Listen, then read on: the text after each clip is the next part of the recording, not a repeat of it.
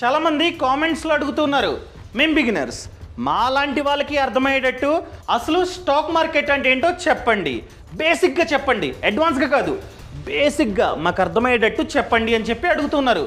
నిజమే, ఎందుకంటే మన ఆంధ్ర తెలంగాణలో చూసుకున్నట్లయితే ప్రతి ఇయర్ లక్షల్లో స్టూడెంట్స్ గ్రాడ్యుయేట్ అయ్యి బయటకు వస్తూ ఉన్నారు. అంటే బీటెక్, ఎంబీఏ, బీకామ్ వీటిని కంప్లీట్ చేసి బయటకు వచ్చి లైఫ్లో సెటిల్ అవుతున్నారు. అంటే జాబ్ చేస్తున్నారు లేదా బిజినెస్ని స్టార్ట్ చేస్తున్నారు. సో ఇన్ని రోజులు మనం స్కూల్స్లోని కాలేజెస్లోని ఇన్ని ఇయర్స్ చదువుకున్నాం కదా, ఏ క్లాస్లోనైనా అసలు స్టాక్ మార్కెట్ అంటే ఏంటి, ఒక కంపెనీ స్టాక్ మార్కెట్లోకి ఎందుకు ఎంటర్ అవుతుంది, ఎన్ఎస్సి అంటే ఏంటి, బిఎస్సి అంటే ఏంటి, ఎవరైనా చెప్పారా?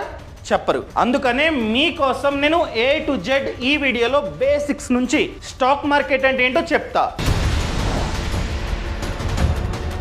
సో ఈ వీడియోని లాస్ట్ వరకు చూడండి. అంతేకాకుండా ఇంతవరకు ఈ ఛానల్ని సబ్స్క్రైబ్ చేసుకోకపోతే ఇప్పుడే సబ్స్క్రైబ్ చేసుకోండి. నేను మీ కౌశిక్ మరిడి.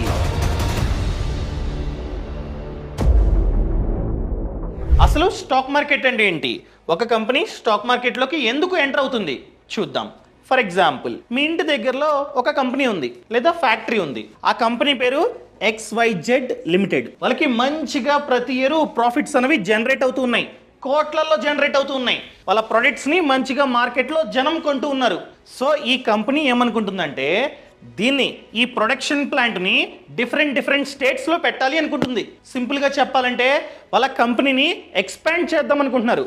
ఫర్ ఎగ్జాంపుల్, ఒక యూనిట్ వచ్చేసి బెంగళూరులో, ఒక యూనిట్ హైదరాబాద్లో, ఒక యూనిట్ ముంబైలో, ఈ విధంగా కొత్త ఫ్యాక్టరీస్ని పెడదాం అనుకుంటున్నారు. కంపెనీ అంతా సేమ్, పేరంతా సేమ్, జస్ట్ ఎక్స్పెన్షన్. సింపుల్గా చెప్పాలంటే బ్రాంచెస్ అనుకోవచ్చు, పెడదాం అనుకుంటున్నారు. ఇలా 3 సిటీస్లో లేదా 3 స్టేట్స్లో పెట్టాలంటే డబ్బు కావాలి. ఎగ్జాంపుల్గా ఈ కంపెనీకి ఒక 200 CR కావాలి ఇలా ఎక్స్పెండ్ చేయడానికి. సో ఈ కంపెనీకి డబ్బు కావాలి కదా, ఈ డబ్బు ఎలా జనరేట్ అవుతుంది? వాళ్ళ దగ్గర కాస్త డబ్బు ఉంటుంది, ప్రాఫిట్స్ ఉంటాయి, కానీ సరిపోదు కదా ఎక్స్పెండ్ చేయడానికి. సో ఈ కంపెనీకి 3 మార్గాలు ఉంటాయి ఆ 200 కోట్లు జనరేట్ చేసుకోవడానికి. First one, bank loan. Bank వెళ్ళి లోన్కి అప్లై చేస్తుంది ఈ కంపెనీ. సో బ్యాంక్ వెళ్ళి 200 కోట్లకి లోన్కి అప్లై చేస్తే ఫ్రీగా ఇస్తుందా? లేదు, ప్రాపర్టీని తనఖా చేయమంటుంది బ్యాంక్ కదా. ఏదైతే ఆల్రెడీ ప్రాపర్టీ ఉందో, ఫ్యాక్టరీ ఉందో, దాన్ని తనఖా చేయాలి. తనఖా చేస్తే మాత్రమే బ్యాంక్ అయితే లోన్ ఇస్తుంది. ఫ్రీగా ఇస్తుందా?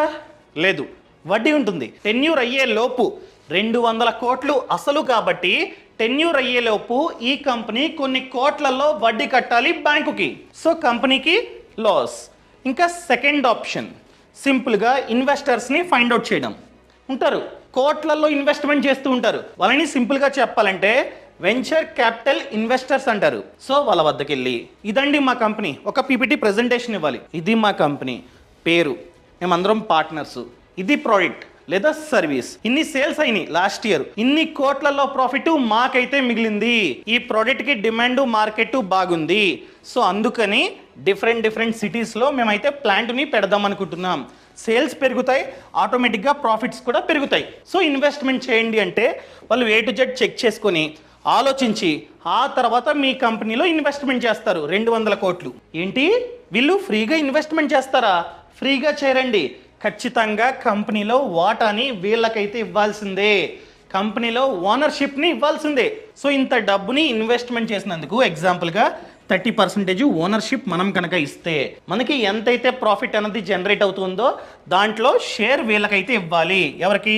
Venture capital ఇన్వెస్టర్స్కి. సో ఇది కూడా లాస్. ఎందుకు ఇవ్వాలండి? కష్టం మనది, మనం స్టార్ట్ చేసాం, ప్రాజెక్ట్ మనది, ఐడియా మనది, కానీ ఎందుకు ఇవ్వాలి? ఎందుకంటే వాళ్ళు ఇన్వెస్ట్మెంట్ చేస్తున్నారు కనుక. ఎలా చూసుకున్నా ఇది కూడా లాసే. ఇంకా లాస్ట్ ఆప్షన్ స్టాక్ మార్కెట్. మన కంపెనీ స్టాక్ మార్కెట్లోకి ఎంటర్ అయితే వడ్డీ కట్టాల్సిన అవసరం లేదు, ప్లస్ మనకు వచ్చే ప్రాఫిట్స్లో వేరే వాళ్ళకి షేర్ ఇవ్వాల్సిన అవసరం లేదు. జస్ట్ మన కంపెనీ గ్రో అవుతూ ఉన్నట్లయితే వాళ్ళ ఇన్వెస్ట్మెంట్ వాల్యూ పెరుగుతూ ఉంటుంది, అంతే. సో మనకు వచ్చే ప్రాఫిట్స్లో వేరే వాళ్ళకి వాటా ఇవ్వక్కర్లేదు, వడ్డీ కట్టాల్సిన అవసరం లేదు, ఒకవేళ మన కంపెనీ కనుక స్టాక్ మార్కెట్లోకి ఎంటర్ అయితే. సో ఇప్పుడు అసలైన కంటెంట్, స్టాక్ మార్కెట్ అంటే ఏంటో చెప్తా, ఆ కంపెనీ ఎలా ఎంటర్ అవ్వాలో కూడా చెప్తా. దానికంటే ముందు ఒక ఇంపార్టెంట్ ట్రైనింగ్ని నేనైతే రికమెండ్ చేస్తా. ప్రెసెంట్ చూసుకున్నట్లయితే జాబ్ మార్కెట్ అన్నది అంతగా బాలేదు, ఎందుకంటే AI వచ్చింది. AI రావడం వలన చాలా మందికి జాబ్స్ అనేవి పోతూ ఉన్నాయి. సో ఖచ్చితంగా మనకైతే ఏఐ డ్రివెన్ స్కిల్స్ అనేవి ఉండాల్సిందే. ఇవి నేర్చుకోవడానికి చాలా ప్లాట్ఫామ్స్ ఉన్నాయి. For example 3R crash course training on AI. So ఇది చూసుకున్నట్లయితే కంప్లీట్గా ఫ్రీ. ఎవరికి? మనకి మాత్రమే. మన సబ్స్క్రైబర్స్లో ఫస్ట్ 1000 మెంబర్స్కి ఈ ట్రైనింగ్ ఫ్రీ. సో ఫ్రీ కాబట్టే నేనైతే ఈ వీడియోలో చెప్తూ ఉన్నా. సో మీకు కనుక ఫ్రీగా ఈ ట్రైనింగ్ కావాలంటే లింక్ కింద డిస్క్రిప్షన్లో పక్కన కామెంట్స్లో ఇచ్చా, తిట్టుకోకండి. తర్వాత ఓన్లీ ఫస్ట్ 1000 మెంబర్స్కి మాత్రమే ఫ్రీ, ఆ తర్వాత పెయిడ్ ఉంటుంది. సో ఈ ట్రైనింగ్లో మీరు ఏం నేర్చుకుంటారు? ఫర్ ఎగ్జాంపుల్ ఏఐ టూల్స్ని యూజ్ చేసుకొని మన వర్క్ని ఏ విధంగా ఆటోమేట్ చేసుకోవాలి, మన ప్రొడక్టివిటీని ఏ విధంగా బూస్ట్ చేసుకోవాలి, అండ్ మెయిన్ థింగ్ అండి, ఏఐని యూజ్ చేసుకొని జాబ్స్ని ఏ విధంగా ఫైండ్ అవుట్ చేసుకోవాలి, శాలరీని ఏ విధంగా పెంచుకోవాలి, అండ్ మన డేటాని ఏ విధంగా లెవరేజ్ చేసుకోవాలి, ప్రెజెంటేషన్స్ ఏ విధంగా మంచిగా ఇవ్వాలి ఏఐని యూజ్ చేసుకొని, అండ్ బిజినెస్ స్ట్రాటజీస్ ఏఐని యూజ్ చేసుకొని మంచి బిజినెస్ స్ట్రాటజీస్ని ఏ విధంగా ఫైండ్ అవుట్ చేసుకోవాలి, ఇవన్నీ మీరైతే నేర్చుకోవచ్చు. సో ఏఐ గురించి మొత్తం నేర్చుకుంటే మన జీతం పెరగడానికి కూడా ఛాన్సులు ఎక్కువగా ఉంటాయి అన్నమాట. ఈ ట్రైనింగ్ ప్రతి ఒక్కరికి, ఎవరైతే జాబ్ చేస్తున్నారో ఆ జాబ్ మేబీ టెక్లో కావచ్చు, లేకపోతే సేల్స్లో కావచ్చు, మార్కెటింగ్లో కావచ్చు, ఆపరేషన్స్లో కావచ్చు, ఫినాన్స్లో కావచ్చు, దేంట్లో అయినా కావచ్చు, ప్రతి ఒక్కరికి ఈ ట్రైనింగ్ అన్నది వర్తిస్తుంది. అండ్ దాంతో పాటు ఎవరైతే బిజినెస్ చేస్తున్నారో వాళ్ళకి కూడా ఈ ట్రైనింగ్ అన్నది చాలా బాగా యూజ్ అవుతుంది. ఆల్రెడీ 40+ కంట్రీస్లో 10 లక్షల కంటే ఎక్కువ మంది ఈ ట్రైనింగ్ అయితే అటెండ్ అయ్యారనమాట. సో లింక్ కింద డిస్క్రిప్షన్ లోని పక్కన కామెంట్స్ లోనే ఉంది, క్లిక్ చేసి మీరైతే జాయిన్ అవ్వచ్చు ఈ ట్రైనింగ్ కి. గుర్తుపెట్టుకోండి, ఫస్ట్ 1000 మెంబర్స్ కి మాత్రమే ఫ్రీ, తర్వాత పెయిడ్ ఉంటుంది, తర్వాత తిట్టుకోకండి. సో ఇంకా డైరెక్ట్ గా మన టాపిక్ లోకి వెళ్ళిపోదాం. ఏదైనా కంపెనీ స్టాక్ మార్కెట్ లోకి ఎంటర్ అవ్వడం అంత ఈజీయా? అంత ఈజీ కాదండి, కష్టమైన ప్రాసెస్. సో ఈ కంపెనీ ఫస్ట్ ఏం చేయాలంటే ఇదొద్దు, సో దీంట్లోకి ఎంటర్ అవుదాం అనుకుంటుంది. సో ఫస్ట్ ఏం చేయాలంటే SEBI, securities exchange board of India, so SEBI వద్ద DRHPని సబ్మిట్ చేయాలి. ఏంటి DRHPయా అంటే డ్రాఫ్ట్ రెడ్ హియరింగ్ ప్రాస్పెక్టివ్స్. అంటే ఈ బుక్లెట్లో ఈ కంపెనీ గురించి A to Z సమాచారం ఉంటుంది. అసలు ఈ కంపెనీ ఎప్పుడు స్టార్ట్ అయింది, ఎవరు స్టార్ట్ చేశారు, ఎవరు రన్ చేస్తున్నారు, అసలు చైర్మన్ ఎవరు, CEO ఎవరు, బోర్డ్ ఆఫ్ డైరెక్టర్స్ ఎవరు, అండ్ ఈ కంపెనీ యొక్క ప్రొడక్ట్ ఏంటి, సర్వీస్ ఏంటి, సేల్స్ ఏ విధంగా జరుగుతున్నాయి, ఏ విధంగా మార్కెటింగ్ చేసుకుంటున్నారు, లాభాలు ఏ విధంగా వస్తున్నాయి, ఆస్తి ఎంత ఉంది, అప్ ఎంత ఉంది, A to Z సమాచారంతో కూడిన DRHPని సబ్మిట్ చేయాలి. మెయిన్ థింగ్, అసలు ఈ కంపెనీకి డబ్బు ఎందుకు కావాలి, ఈ కంపెనీకి ఇంత డబ్బు అనుకోండి, ఇంత డబ్బు ఎందుకు కావాలి, ఈ డబ్బుతో ఏం చేస్తుంది, A to Z సమాచారాన్ని సెబీకి అయితే సబ్మిట్ చేయాలి ఈ కంపెనీ DRHP రూపంలో. సో సెబీకి నచ్చిందనుకోండి, సెబీ ఏం చేస్తుంది, సరే కంపెనీ బాగానే ఉంది, దీన్ని మనం స్టాక్ మార్కెట్లోకి పంపొచ్చు, పర్లేదు అనుకుంటే ఈ సెబీ అప్రూవల్ ఇస్తుంది అనమాట. అప్రూవల్ ఇవ్వగానే IPO స్టార్ట్ అవుతుంది. ఏంటి ఐపీఓనా? వింటున్నాం. ఐపీఓ అంటే ఇనీషియల్ పబ్లిక్ ఆఫరింగ్.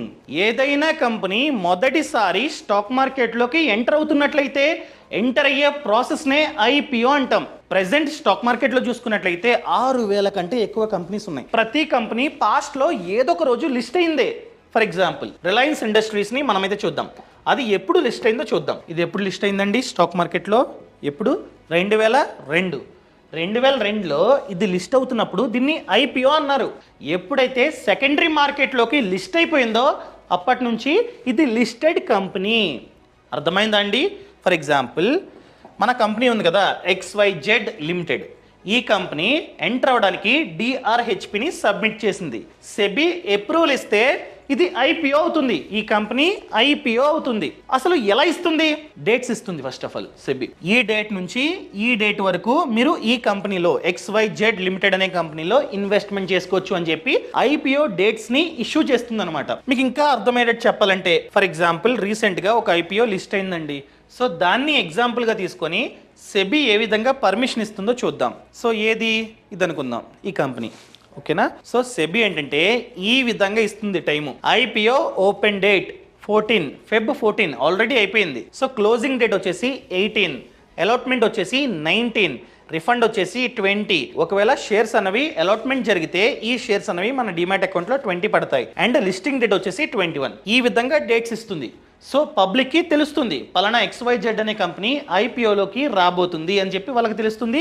సో వాళ్ళు ఏంటంటే ఏదైతే డేట్స్ ఇచ్చారో ఆ డేట్స్లో ఇన్వెస్ట్మెంట్ చేసుకుంటారు. ఇప్పుడు గ్రో యాప్ ఉంది, పేటిఎం మనీ యాప్ ఉంది, అప్ స్టాక్ ఉంది, జిరోదా ఉంది.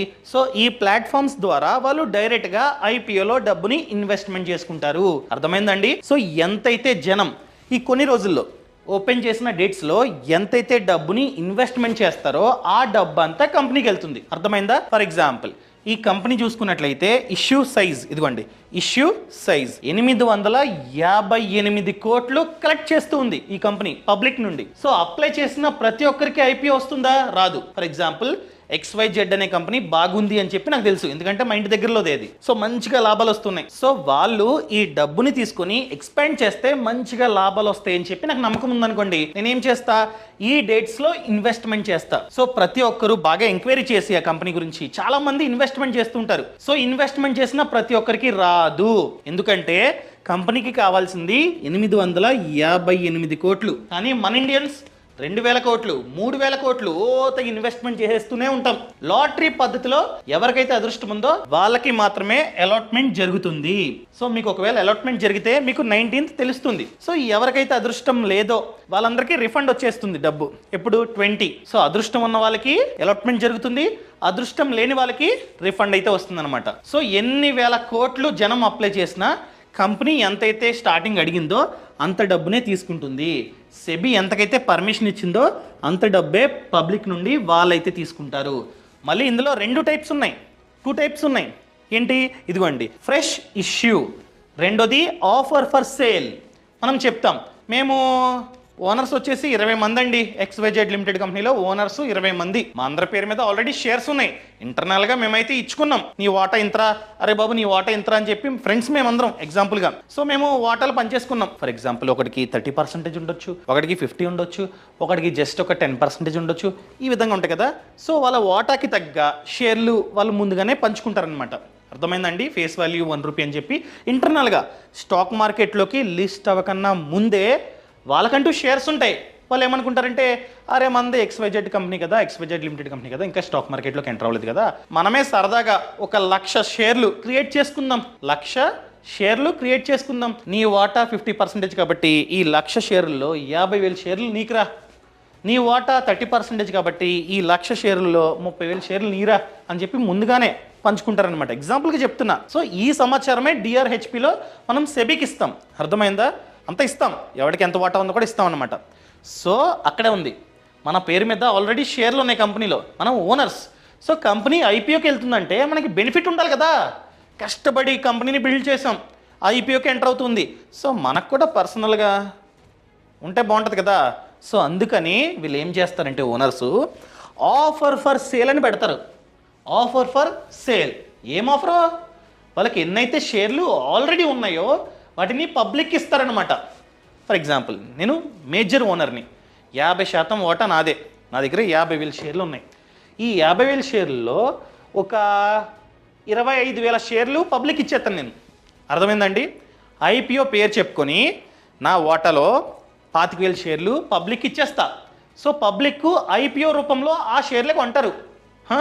సో నా జేబులోకి ప్రాఫిట్ అన్నది వస్తుంది ఓనర్ కాబట్టి.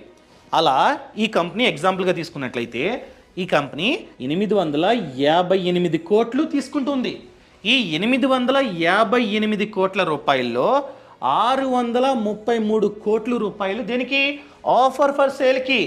ఈ కంపెనీ ఓనర్స్ ఎవరైతే ఉంటారో వాళ్ళ పాకెట్లోకి ఐపీఓ పేరు చెప్పుకొని 633 కోట్లు వెళ్ళిపోతుంది. అర్థమైందా అండి? ఇదిగోండి ఎన్ని షేర్లు, అది కూడా ఇన్ఫర్మేషన్ ఇక్కడ ఉంటుందన్నమాట. అదేవిధంగా ఫ్రెష్ ఇష్యూ, ఫ్రెష్గా షేర్స్ని క్రియేట్ చేసి పబ్లిక్కి ఇస్తూ ఉన్నారు. పబ్లిక్ అంటే ఎవరు? నేను చెప్పాను కదా ఇందాక, XYZ కంపెనీ అంటే మంచి ఒపీనియన్ ఉందడికి. సో ఐపీఓలో ఇన్వెస్ట్మెంట్ చేసుకుంటూ ఉన్నాడు, అదృష్టం అంటే వాడికి వస్తుంది. సో వాడికి వచ్చే షేర్లు ఏంటి? ఇవే టోటల్ ఇష్యూయే, ఇన్ని షేర్లు రూపాయల్లో మళ్ళీ ఫ్రెష్ ఇష్యూ వచ్చేసి ఇన్ని షేర్లు అనమాట. సో ఎంతైతే డబ్బు కలెక్ట్ అవుతుందో, ఫ్రెష్ ఇష్యూ పేరు చెప్పి ఎంతైతే డబ్బు కలెక్ట్ అవుతుందో ఆ డబ్బుని ఎక్స్పాన్షన్ కోసం వాడుతుంది ఆ కంపెనీ. అర్థమైందా అండి? ఇదిగోండి 858 కోట్ల రూపాయల్లో 633 కోట్లు వాళ్ళ పాకెట్స్లోకి వెళ్తుంది. రిమైనింగ్ డబ్బు 225 కోట్ల రూపాయలతో వాళ్ళైతే ఎక్స్పాండ్ చేస్తారు. సో ఇక్కడ మన ఎగ్జాంపుల్లో చూసుకున్నట్లయితే చూద్దామండి. ఈ కంపెనీకి ఎంత కావాలి? 200 కోట్లు కావాలి. కానీ ఈ కంపెనీ ఐపీఓ పేరు చెప్పి 500 కోట్లు తీసుకుంటుంది. ఈ 500 కోట్ల రూపాయల్లో ఇది ఫ్రెష్ ఇష్యూ. కంపెనీ డెవలప్మెంట్కి 200 కోట్లు యూజ్ చేస్తుంది. 300 కోట్లు వచ్చేసి ఓనర్స్ పాకెట్లోకి వెళ్తుందన్నమాట. ఈ విధంగా ఏదైనా కంపెనీ ఐపీఓలోకి ఎంటర్ అవుతూ ఉంటుంది. సో మనం దాన్ని చూసి డైరెక్ట్గా ఐపీఓలో ఇన్వెస్ట్మెంట్ చేస్తాం. ఒక్కసారి ఐపీఓ ఫర్ ఎగ్జాంపుల్ డేట్ ఇదిగోండి, లిస్టింగ్ డేట్ ఎంత? 21 వచ్చేసరికి ఆ కంపెనీ మంచిగా ఉందనుకోండి, డిమాండ్ అంతా బాగుందనుకోండి, ఎక్కువ ప్రైస్కి లిస్ట్ అవుతుంది. ఫర్ ఎగ్జాంపుల్ సెబీ ఎంత ఉంది? 425 రూపాయలు ఇచ్చింది. సెబీ డిసైడ్ చేసింది ప్రైస్ని. సో కంపెనీకి మార్కెట్ డిమాండ్ అంతా బాగుందనుకోండి, ఎక్కువ మంది అప్లై చేస్తారనుకోండి, డిమాండ్ ఆటోమేటిక్గా పెరుగుతుందా? డిమాండ్ పెరుగుతుంది కాబట్టి ఈ రోజు 21 రోజు ఎక్కువ ప్రైస్కి లిస్ట్ అవుతుంది. మేబీ 500, 600 ఈ విధంగా లిస్ట్ అవ్వడానికి ఛాన్స్ ఉంది. సో ఎవరెవరైతే ఐపీఓలో ఇన్వెస్ట్మెంట్ చేశారో 425 రూపాయలకి కొన్నారండి ఒక షేరు, కానీ అది 600 రూపాయలకి లిస్ట్ అవుతే వాళ్ళకి ప్రాఫిటే, వెంటనే అమ్మేసుకుంటారు. సో ఈరోజు ఇది ప్రైమరీ మార్కెట్ నుండి సెకండరీ మార్కెట్లోకి ఎంటర్ అవుతుంది. మనం ఐపీఓలో డబ్బుని ఇన్వెస్ట్మెంట్ చేస్తాం కదా, అది ప్రైమరీ మార్కెట్లో ఇన్వెస్ట్మెంట్ చేస్తున్నట్లు. ఎప్పుడైతే ఈ కంపెనీ లిస్ట్ అయిందో, ఈ డేట్ నాడు ఎప్పుడైతే లిస్ట్ అయిందో అప్పుడు ఈ కంపెనీ సెకండరీ మార్కెట్లోకి ఎంటర్ అయినట్టు. For example Tata Motors. So ఇది సెకండరీ మార్కెట్. అంటే ఇది ఎప్పుడు లిస్ట్ అయిందండి? ఇయర్ చూడండి 1999. సో ఎప్పుడో లిస్ట్ అయిపోయింది, ఇది ఐపీఓ కాదు, ఎప్పుడో లిస్ట్ అయిపోయింది కాబట్టి ఇది సెకండరీ మార్కెట్లో ఉన్నట్టు అనమాట. సెకండరీ మార్కెట్లో ఉంటే ఎవరైనా ఎప్పుడైనా కొనుక్కోవచ్చు, అంతే కదా. సింపుల్గా పేటిఎం మనీ, గ్రో లేకపోతే జీరోదా, అప్స్టాక్ ఈ యాప్స్ ఓపెన్ చేసి టాటా మోటార్స్ అని కొట్టగానే వచ్చేస్తుంది. సో మనమైతే డైరెక్ట్గా కొనుక్కోవచ్చు. అదే ప్రైమరీ మార్కెట్ అనుకోండి, అంటే ఐపీఓ ఎప్పుడు పడితే అప్పుడు కొనడానికి ఉండదు, వాళ్ళు డేట్స్ ఇస్తారు, ఆ డేట్స్లోనే కొనాలి. వన్స్ ఆ కంపెనీ లిస్ట్ అయిపోయిన తర్వాత అది ఆటోమేటిక్గా సెకండరీ మార్కెట్లోకి వచ్చేస్తుంది అనమాట, అందుబాటులోకి వచ్చేస్తుంది. సో ఎవరు కావాలన్నా కొనుక్కోవచ్చు. అర్థమైందండి ప్రైమరీ సెకండరీ. సో ఈ ఐపీఓ ద్వారా ఈ డబ్బు వస్తుంది కదా, ఇదిగోండి ఫర్ ఎగ్జాంపుల్ ఈ కంపెనీ చూసుకున్నట్లయితే 858 కోట్లు పబ్లిక్ నుండి తీసుకుంటూ ఉంది. వన్స్ ఈ కంపెనీ లిస్ట్ అయిపోయిన తర్వాత మీరు కొంటున్నట్లయితే ఆ డబ్బు ఆ కంపెనీకి వెళ్దు. ఎవరికి వెళ్తుంది? ఫర్ ఎగ్జాంపుల్ మీరు టాటా మోటార్స్ షేర్ కొన్నారండి, Groww app Paytm money open చేసి షేర్ కొన్నారు. ఆ డబ్బు ఎవరికి వెళ్తుంది? ఎవడైతే అమ్ముతున్నాడో వాడికి వెళ్తుంది. ఫర్ ఎగ్జాంపుల్ నేను ఈ షేర్ని ఇప్పుడు కొన్నా, ఇప్పుడు 2009లో 27 రూపాయలకి కొన్నా, ఇప్పుడు అమ్ముతూ ఉన్నా 681 రూపాయకి అమ్ముతూ ఉన్నా. సో నేను కనుక సెల్ అని కొట్టగానే షేరు అమ్ముడైపోతుంది. అమ్ముడైనందుకు నాకు డబ్బు కావాలి కదా, ఆ డబ్బు ఎవరిస్తారు?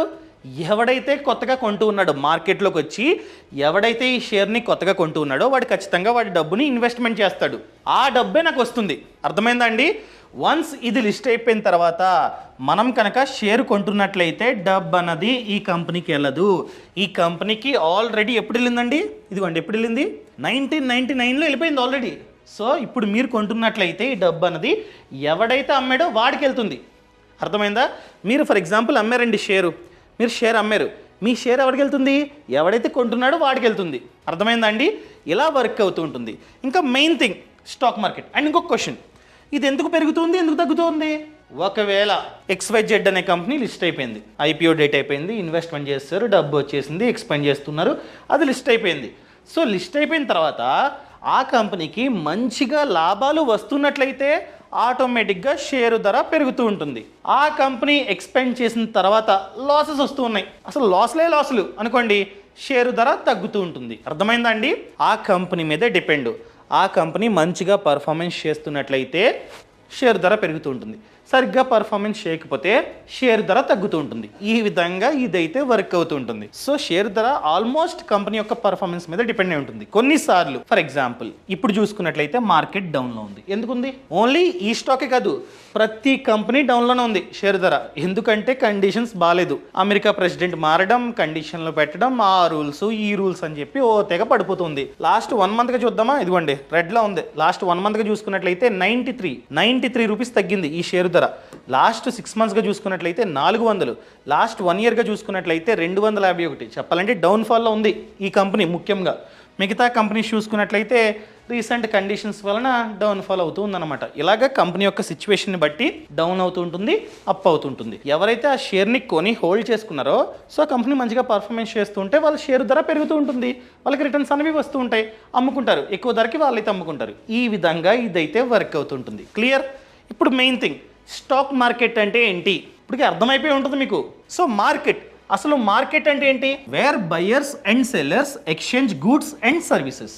అంతే కదా, బయ్యరు సెల్లరు ఇద్దరు కలిసి ఎప్పుడైతే గూడ్స్ని లేదా సర్వీసెస్ని ఎక్స్చేంజ్ చేసుకుంటారో దాన్నే మార్కెట్ అంటాం. సో వాడు ఏం చేస్తాడు, ఎవడైతే అమ్ముతున్నాడో వాడు గూడ్స్ ఇస్తాడు మనకి, మనమేం ఇస్తాం, డబ్బు ఇస్తాం. ఇక్కడ గూడ్స్కి డబ్బు ఎక్స్చేంజ్ అవుతుంది, దాన్నే మార్కెట్ అంటాం. ఫర్ ఎగ్జాంపుల్ కూరగాయల షాపు లేదా కూరగాయల మార్కెట్కి వెళ్తాం. సో మార్కెట్కి వెళ్ళి కూరగాయలు కొనుక్కుంటాం, వాడు మనకి కూరగాయలు అమ్ముతున్నాడు, మనం వాడికి డబ్బు ఇస్తున్నాం. ఇక్కడ డబ్బు కూరగాయలు ఎక్స్చేంజ్ అవుతున్నాయి. అదే స్టాక్ మార్కెట్ అంటే ఏంటి? స్టాక్స్ ఎక్స్చేంజ్ అవడాన్ని స్టాక్ మార్కెట్ అంటాం. అంతే కదా, ఇప్పుడే మాట్లాడుకున్నాం. ఇప్పుడు మనం అమ్ముతాం, అమ్మగానే దాన్ని వేరేవాడు కొనేస్తాడు వెంటనే. షేర్స్ని కొనుగోలు అమ్మకాలు జరిపే ప్రదేశాన్నే షేర్ మార్కెట్ లేదా స్టాక్ మార్కెట్ అంటాం. అసలు షేర్ అంటే ఏంటి? Partial ownership of company. మనం కనుక ఏదైనా కంపెనీలో షేర్స్ కొంటున్నట్లయితే మనం కూడా పార్షియల్ ఓనరే. ఫర్ ఎగ్జాంపుల్ నేను టాటా మోటార్స్లో 100 షేర్స్ కొన్నా. సో టాటా మోటార్స్కి నేను కూడా చిన్న ఓనరే. అర్థమైందా అండి? ఫర్ ఎగ్జాంపుల్ నాకు ప్రతిరోజు మెయిల్స్ వస్తుంటాయి, ఈ కంపెనీ మీటింగ్ పెడుతుంది ఆన్లైన్లో మీటింగ్ పెడుతుంది నిర్ణయాలు తీసుకోవడానికి, మీరు కూడా జాయిన్ అవ్వండి అని చెప్పి లింక్ పంపిస్తారు. ఆ కంపెనీ బోర్డ్ ఆఫ్ డైరెక్టర్స్ మీటింగ్లో అటెండ్ అవుతే ఆ లింక్ నాకు వస్తుంది. ఎందుకు వస్తుంది? నేను ఆ కంపెనీలో షేర్స్ కొన్నా, నేను కూడా వన్ ఆఫ్ ది ఓనరే కాబట్టి నాకు కూడా లింక్ వస్తుంది అనమాట. అర్థమైందా? అంతే కదా, ఆ కంపెనీ లాభాలతో దూసుకెళ్ళిపోతుంది అనుకోండి, మీరు షేర్ ధర పెరుగుతూ ఉంటుంది, మీరు ఎంత ఇన్వెస్ట్మెంట్ చేస్తారో దాని ధర పెరుగుతూ ఉంటుంది, మీకు కూడా లాభాలు వస్తూ ఉంటాయి. అండ్ కొన్ని కంపెనీస్ ఉంటాయి డివిడెండ్ని మనకి ఇస్తూ ఉంటాయి. అంటే ఏంటి డివిడెండ్ అంటే ఏంటి? కంపెనీకి బాగా లాభం వచ్చిందండి, ఆ లాభంలో కాస్త పాటిని మీ బ్యాంక్ అకౌంట్లో వేస్తుంది ఆ కంపెనీ, ఒకవేళ మీకు కనుక షేర్స్ ఉంటే. అర్థమైందండి? అలా మీకు డబ్బు వస్తూ ఉంటుంది అండ్ షేర్ ధర కూడా పెరుగుతూ ఉంటుంది కంపెనీ మంచిగా పర్ఫార్మెన్స్ చేస్తున్నట్లయితే. అదే కదా, మీకు డౌట్ వచ్చే ఉంటుంది, షేరుకి స్టాక్కి తేడా ఏంటి? సింపుల్ అండి. ఒక కంపెనీలో ఫర్ ఎగ్జాంపుల్ మీరు మొదటిసారి స్టాక్ మార్కెట్లోకి ఎంటర్ అయ్యారండి, ఒకేసారి మీరు ఏంటంటే టాటా మోటార్స్ ఎగ్జాంపుల్ తీసుకుందాం. టాటా మోటార్స్లో 10 షేర్స్ కొన్నారు. సో ఒకే కంపెనీలో షేర్స్ ఉంటే వాటిని షేర్స్ అంటాం. ఫర్ ఎగ్జాంపుల్ నేను చూసుకున్నట్లయితే నా దగ్గర షేర్స్ లేవు, స్టాక్స్ ఉన్నాయి. ఎందుకంటే ఒక కంపెనీ యొక్క షేర్సే కాదు, చాలా కంపెనీస్ యొక్క షేర్స్ నా దగ్గర ఉన్నాయి. సో వాటినన్నింటినీ కలిపి, చాలా కంపెనీస్ యొక్క షేర్స్ని కలిపి స్టాక్స్ అంటాం. అర్థమైందా అండి? అర్థమైందా? అర్థం కలదా? ఒకసారి చెప్తాను. మీ దగ్గర ఒకే కంపెనీకి సంబంధించిన షేర్స్ ఉన్నాయి, సో ఆ బంచ్ని షేర్స్ అంటాం. ఒకే కంపెనీలో షేర్స్ కాకుండా చాలా కంపెనీస్ యొక్క షేర్స్ మీ దగ్గర ఉన్నాయి, సో అన్ని షేర్స్ని కలిపి స్టాక్స్ అంటాం. సో స్టాక్స్ని అమ్ముతూ కొంటూ ఉంటారు కాబట్టి ఆ ప్రదేశాన్నే స్టాక్ మార్కెట్ అంటాం. క్లియర్? అర్థమైందా? అండ్ అదేవిధంగా రోజు వింటూనే ఉంటాం నిఫ్టీ సెన్సెక్స్ అని చెప్పి, న్యూస్లో చెప్తూ ఉంటారు నిఫ్టీ ఇన్ని పాయింట్లు పెరిగింది, సెన్సెక్స్ ఇన్ని పాయింట్లు తగ్గింది అని చెప్తుంటారు. సో వీటి గురించి మాట్లాడుకునే ముందు మీకు ఎన్ఎస్సి బిఎస్సి గురించి తెలియాలి.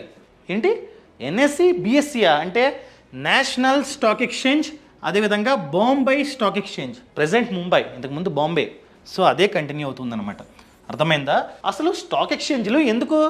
మనం ఇలా షేర్ని కొనగానే ఆ షేరు మన డిమాట్ అండ్ ట్రేడింగ్ అకౌంట్లోకి యాడ్ అయిపోతుంది. మనం అమ్మగానే వెంటనే ఆ డబ్బు మన బ్యాంక్ అకౌంట్లో పడుతుంది. మిడిల్లో ఒక ట్రేడ్ జరుగుతుంది. ఎవరు చూసుకుంటున్నారు ఇవన్నీ? ఎవరంటే ఎన్ఎస్సి బిఎస్సి. ఎన్ఎస్సిలో చూసుకున్నట్లయితే ఆల్రెడీ 2379 కంపెనీలు లిస్ట్ అయి ఉన్నాయి. అదేవిధంగా బిఎస్సిలో చూసుకున్నట్లయితే ఇది పాతది కాబట్టి ఎక్కువ కంపెనీస్ లిస్ట్ అయి ఉన్నాయి. ఎంత? 5505 కంపెనీలు. అర్థమైందండి? మీకు ఇంకా ప్రాక్టికల్గా చెప్పాలంటే మీరు ఏ ఐపీఓ చూసుకున్నా కూడా అది ఎక్కడ లిస్ట్ అవుతుందో క్లియర్గా ఉంటుంది. ఫర్ ఎగ్జాంపుల్ ఈ కంపెనీ చూసుకుంటే ఇదిగోండి, లిస్టింగ్ ఎట్ ఎన్ఎస్సి బిఎస్సి. ఎన్ఎస్సిలో బిఎస్సిలో రెండిటిలోని ఇదైతే లిస్ట్ అవుతుంది. ఇలా కొన్ని కంపెనీలు మాత్రమే స్పెసిఫిక్గా దీంట్లో లిస్ట్ అవుతుంటాయి. సో రెండిటిలోని కలిపి చూసుకున్నట్లయితే 6000 కంటే ఎక్కువ. అర్థమైందండి? ఎందుకంటే చాలా కంపెనీలు రెండిటిలోని కలిపి లిస్ట్ అవుతుంటాయి మోస్ట్లీ, అందుకనే టోటల్గా రెండిటిలోని కలిపి 6 కంటే ఎక్కువ కంపెనీలు ప్రెజెంట్ అయితే లిస్ట్ అయి ఉన్నాయి. క్లియర్? అండ్ ఇప్పుడు నిఫ్టీ అంటే ఏంటి, సెన్సెక్స్ అంటే ఏంటి, ఇవి రెండు ఇండికేటర్స్, సూచికలు. ఇప్పుడు ఎన్ఎస్సిలో 2379 కంపెనీలు ఉన్నాయి. ఈ అన్ని కంపెనీలు ఎలా రాణిస్తున్నాయో ఎవరు చెప్తారు? చెప్పడానికి ఒక ఇండికేటర్ కావాలి కదా, సూచిక కావాలి. సో అందుకనే ఎన్ఎస్సికి సూచిక నిఫ్టీ. అదేవిధంగా ఈ 5505 కంపెనీలు ఎలా రాణిస్తున్నాయో చెప్పేదే సెన్సెక్స్. ఈ బిఎస్సికి ఇండికేటరే సెన్సెక్స్. ఇప్పుడు నేను ప్రాక్టికల్గా ఓపెన్ చేసి చూపిస్తా. సో నిఫ్టీ పాయింట్స్ చూసుకున్నట్లయితే, ఇది పాయింట్స్, రూపీస్ కాదు, నిఫ్టీ ప్రెజెంట్ పాయింట్స్ చూసుకున్నట్లయితే 22,932 పాయింట్లు. సో ఈరోజు ఎన్ని పాయింట్స్ తగ్గిందండి? 12.40 పాయింట్లు తగ్గింది. ఎందుకంటే ప్రెజెంట్ స్టాక్ మార్కెట్ బాగాలేదు. లాస్ట్ 5 డేస్గా చూసుకున్నట్లయితే 91 పాయింట్లు, లాస్ట్ 1 మంత్గా చూసుకున్నట్లయితే 411 పాయింట్లు, లాస్ట్ 6 మంత్స్గా చూసుకున్నట్లయితే 1600 పాయింట్లు, లాస్ట్ 5 ఇయర్స్గా చూసుకున్నట్లయితే, లాస్ట్ 5 ఇయర్స్లో పెరిగింది, లాస్ట్ 1 ఇయర్గా చూసుకున్నట్లయితే పెరిగింది. కానీ ఈ 1 ఇయర్ నుండే సిచ్యువేషన్ అంతగా బాగాలేదన్నమాట. సో ఇక్కడ నిఫ్టీ 50 అని ఉంది. ఏంటి నిఫ్టీ 50యా? నిఫ్టీ అంటే చెప్పారు సూచికని, 50 ఏంటి? ఎన్ఎస్సిలో చూసుకున్నట్లయితే 2000 కంటే ఎక్కువ కంపెనీస్ ఉన్నాయి. సో అన్ని కంపెనీస్ని చూడరు, ఓన్లీ టాప్ 50 కంపెనీస్ని మాత్రమే చూస్తారు. అవి మంచిగా పర్ఫార్మెన్స్ చేస్తున్నట్లయితే మార్కెట్ క్యాప్ పరంగా టాప్ 50 అర్థమైందా? ఇవి మంచిగా పర్ఫార్మెన్స్ చేస్తున్నట్లయితే ఈ ఇండెక్స్, ఈ నిఫ్టీ ఏదైతే ఉందో అది పెరుగుతూ ఉంటుంది.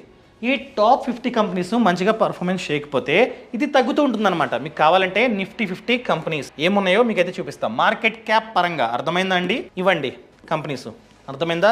రిలయన్స్ కావచ్చు, టీసీఎస్ కావచ్చు, హెచ్డిఎఫ్సి కావచ్చు, ఎయిర్టెల్ కావచ్చు, ఐసిఐసిఐ కావచ్చు, ఇలా 50 కంపెనీలు మీరైతే చూడొచ్చు. ఇవి మంచిగా పర్ఫార్మెన్స్ చేస్తే నిఫ్టీ పెరుగుతుంటుంది, ఇవి మంచిగా పర్ఫార్మెన్స్ చేయకపోతే నిఫ్టీ తగ్గుతూ ఉంటుంది అనమాట. అదేవిధంగా సెన్సెక్స్కి చూసుకున్నట్లయితే 30, అర్థమైందా? సెన్సెక్స్ 30 పాయింట్స్ చూసుకున్నట్లయితే ఈరోజు 75,939. ఫ్యూచర్లో 1 lakh టచ్ అయినా పెద్దగా మనమైతే షాక్ అవ్వాల్సిన అవసరం లేదనమాట. అదేంటి స్టాక్ మార్కెట్ డౌన్లో ఉంది కదా, మీరేంటి ఇలా అంటున్నారు? చూడండి బాస్, ఇంతకు ముందు ఎప్పుడైతే ఇది స్టార్ట్ అయిందో సెన్సెక్స్ 1986లో 590 పాయింట్లు, కానీ ఇప్పుడు చూసుకున్నట్లయితే 75,939 పాయింట్లు. ఎప్పుడైతే కరోనా వచ్చిందో అప్పుడు కంప్లీట్గా డౌన్ అయింది. కరోనా వచ్చినప్పుడు ఇదిగోండి, కరోనా వచ్చినప్పుడు కంప్లీట్గా డౌన్ అయింది. అలాగే అనుకున్నారు, అయిపోయి అయిపోయింది, ఇంకా సినిమా లేదు స్టాక్ మార్కెట్కి అనుకున్నారు. అప్పట్లో 31,000. సో కరోనాకు ముందు చూసుకున్నట్లయితే 40,000. ఒకేసారి అటు ఇటుగా చూసుకున్నట్లయితే 10,000 పాయింట్లు తగ్గిపోయింది, 29,000 కూడా వెళ్ళిపోయింది. ఇంకా అయిపోయింది సినిమా అనుకున్నారు. ఇప్పుడు ఏమైంది? ఇదిగోండి మళ్ళీ పీక్లోకి వెళ్ళింది. సో ఎంతకి వెళ్ళింది పీక్లోకి అండి? 80,000 ప్లస్లోకి వెళ్ళింది అనమాట. మళ్ళీ ఇప్పుడు డౌన్ అయింది, అలాగే మళ్ళీ పెరుగుతుంది. సో దాని గురించి మనం అంతగా షాక్ అవ్వాల్సిన అవసరం లేదనమాట. సో సెన్సెక్స్ 30లో ఏమేమి కంపెనీస్ ఉన్నాయో మీరైతే ఇక్కడ చూడొచ్చు. లిస్ట్ ఆఫ్ కంపెనీస్ ఇదిగోండి, ఇవన్నీ సెన్సెక్స్లో ఉన్న టాప్ 30 కంపెనీస్. అర్థమైందా అండి? ఇలా మీరైతే చూసుకోవచ్చు. ఇలా నిఫ్టీ సెన్సెక్స్ అన్నది అప్ అవుతూ ఉంటుంది, గ్రో అవుతూ ఉంటుంది. సో ఫైనల్గా నేను చెప్పేది ఏంటంటే, మీకు అర్థమైంది కదా కంటెంట్, నేను ఏం చెప్పాలనుకున్నాను మీకు అర్థమైంది అనుకుంటున్నా. సో ఒక్కసారి లిస్ట్ అయిపోయిన తర్వాత ఆ కంపెనీ యొక్క పర్ఫార్మెన్స్ని బట్టి షేర్ ధర పెరుగుతుంటుంది, తగ్గుతుంటుంది. అందుకనే ఇన్వెస్ట్మెంట్ చేసే ముందే మంచి కంపెనీలో ఇన్వెస్ట్మెంట్ చేయడం మంచిది. అర్థమైందండి? అండ్ అదేవిధంగా ఓతకి ఇన్వెస్ట్మెంట్లే కాదు, ముందు మనం నేర్చుకుందాం, స్కిల్స్ నేర్చుకుందాం. సో మనకి స్కిల్స్ అన్నీ వచ్చిన తర్వాత పర్ఫెక్ట్ అనుకున్న తర్వాత అప్పుడు ఇన్వెస్ట్మెంట్ని స్టార్ట్ చేయండి. ఫస్ట్ మన మీద మనం ఇన్వెస్ట్మెంట్ చేసుకోవాలి. ముఖ్యంగా బిగినర్స్, మీకు చెప్తున్నా, మీరు బిగినర్స్ కాబట్టి ఫస్ట్ ఇనీషియల్ స్టేజ్లోనే స్టాక్ మార్కెట్, మ్యూచువల్ ఫండ్స్ ఇదంతా వద్దు. మీరు బిగినర్స్ కాబట్టి ఫస్ట్ మీ స్కిల్స్ని అప్గ్రేడ్ చేసుకోండి. ప్రెజెంట్ ఏఐ వస్తుంది కదా, సో ఏఐ గురించి కొంచెం ట్రైనింగ్లు, కోర్సులు అవి నేర్చుకొని మీ స్కిల్స్ని అప్గ్రేడ్ చేసుకొని ఆ తర్వాత ఇన్వెస్ట్మెంట్ని స్టార్ట్ చేయండి. అర్థమైందండి? సో ఈ వీడియో మీరు కనుక ఇక్కడ వరకు చూస్తున్నట్లయితే మీకు బాగా అర్థమైందని చెప్పి నేనైతే భావిస్తున్నా. ఇంతవరకు చూస్తే దయచేసి కామెంట్లో లాస్ట్ వరకు చూసాం, బాగుంటే బాగుంది, బాగోలేదనుకోండి బాగోలేదని చెప్పి దయచేసి కామెంట్లో పెట్టండి. మీకోసం చూస్తుంటా, అంటే పెద్ద వీడియో కదా, ఇంతవరకు చూసారు నాకు తెలియాలి కదా, నాకు తెలిస్తేనే మళ్ళీ మీరు అడగకపోయినా మ్యూచువల్ ఫండ్స్ అంటే ఏంటి, అదంటే ఏంటి, ఇదంటే ఏంటి, మీకోసం ఎన్నో వీడియోస్ రాబోతున్నాయండి. సో దయచేసి నన్ను మాత్రం గుర్తుపెట్టుకోండి, మీకోసం నేను ఎప్పటికీ పనిచేస్తూనే ఉంటా. క్లియర్? ఇంతవరకు ఈ ఛానల్ని సబ్స్క్రైబ్ చేసుకోకపోతే సబ్స్క్రైబ్ చేసుకోండి. అండ్ లింక్, ఆ ట్రైనింగ్ లింక్ అన్నది కింద డిస్క్రిప్షన్లో ఇచ్చా. సో ఇంకా బేసిక్స్గా కాకుండా ఇంకా అడ్వాన్స్గా చెప్పమన్నా నేను చెప్తా. జస్ట్ టైంని చూసి నేను ఆపేస్తూ ఎక్కడితో. ఒకవేళ మీరు చేయమంటే ఇంకా అడ్వాన్స్ కోర్సులు కూడా నేనైతే చేస్తాను. కోర్సులు అంటే ఈ వీడియోస్ నేనైతే చేస్తాను. Thank you so much. Thanks for watching. జై హింద్.